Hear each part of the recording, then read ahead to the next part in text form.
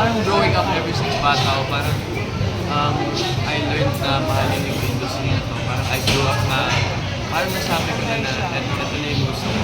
Gusto mo talaga maging actor. Sino yung sabi mga niya?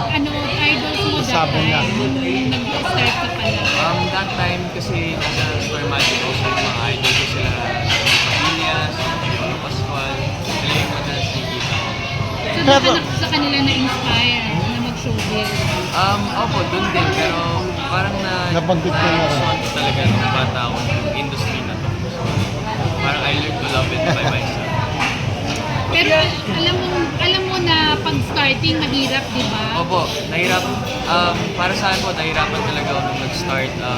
I needed so many workshops kasi nahirapan din po sa Tagalog.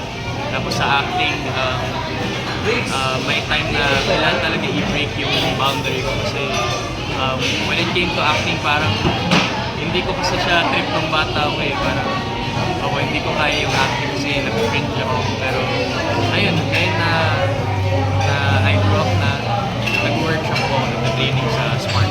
O sa acting, saan mo talaga gusto makilala? Sa drama, comedy, action, saan ka mas gamay mo? So far po yung gusto ko talaga ngayon is yung rom-com, yung drama romance. Pero siguro in the future gusto ko rin matry yung mga action, horror, kasi yun yung mga paborito kong genre. Meron ba kayo sa family na nasa showbiz? Wala po, ako lang po. Pero report, wala kayo na taga-showbiz ka mag-anak. Pero your mom, she's friends to a lot of showbiz people, di ba? Pero katulad niyan, siya na mayaan yung mom mo. Dami niyang kaibigan, but she never asked for, yung mga favors, ganyan, no? Mas gusto mo rin yun na... Hindi ginagamit yung connect. Opo, syempre, ayoko ng mga shortcuts din sa industry na nandito na ako sa Sparkle kasi yung mga projects na ginawa tayo sa mga connections. I don't think ginamit ko naman yun kasi sa Sparkle, nag-audition talaga ako mismo. Nag-audition ako with Mr. M, siya yung kausap ko that time. Pinakita ko rin yung mga talents ko. And syempre, sa mga shows din namin sa GMA ngayon, nag-audition din kami. Dito sa Maka, yung bagong show ko, nag-audition kami. Sobrang dami namin. Tapos, kinalagan ko na lang talaga kasi ito yung isa rin sa mga dream role ko eh. So, super happy talaga ako and shocked. Di po ako makapaniwala na natanggap ako. Satisfied ka ngayon sa kung anong meron ka sa career. Opo, sobrang happy and blessed po talaga ako sa mga opportunities na ito. Lalo na po yung bagong show namin ngayon na Maka. Pero diba dami-dami nyo rin sa Sparkle. Sparkle. Opo, sobrang daming artist na pumapasok na yun. Di ba magaling ka rin kumanta? So gusto mo rin ba maging recording artist? Opo, actually yan yung first love ko talaga. Singing was my first love. So, pataw, yun talaga yung gusto ko pursue. Pero ngayon na I started acting na rin, parang gusto kong ipagsabay yung dalawa. Sino ang paborito mong singer? Ha? Paborito mong singer? Paborito kong singer? Siguro ngayon si Lionella, yung mga Sean Jr., yung mga bago ngayon. Hindi ko kilala.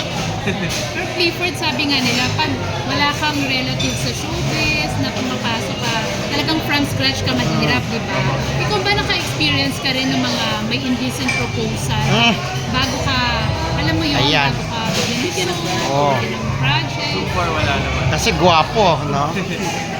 Wala naman kay so far. Wala. Ay, Oo. So lahat yan dinaanan mo ng parang Pinaghirapan ko talaga lahat. wala namang ganong mga indecent proposal. Wala naman. Pero kung sakaling magkakaroon, paano mo iyahan? Kasi hindi na bago nga sa industriya yan, sabi nila. Paano Ayun mo natin. iti-take yung offer kung sakaling meron? Siyempre po, siyempre hindi naman talaga natin maiwasan yung mga tao na nag-offer ng mga ganun. And ako, wala akong problema sa kanila. Pero personally lang po, hindi ko natanggapin yun. Hindi ka ba madi-discourage mag-showbiz kapag may mga ganong nag-offer sa'yo? Itutuloy mo pa rin yung showbiz career? Opo, itutuloy ko naman. Kasi alam ko, hindi naman siya like normal talaga. Pero nangyayari talaga siya dito na. So aware ka doon, no? aware ka na may ganun talaga sa showbiz. May girlfriend ka na ba? Wala po.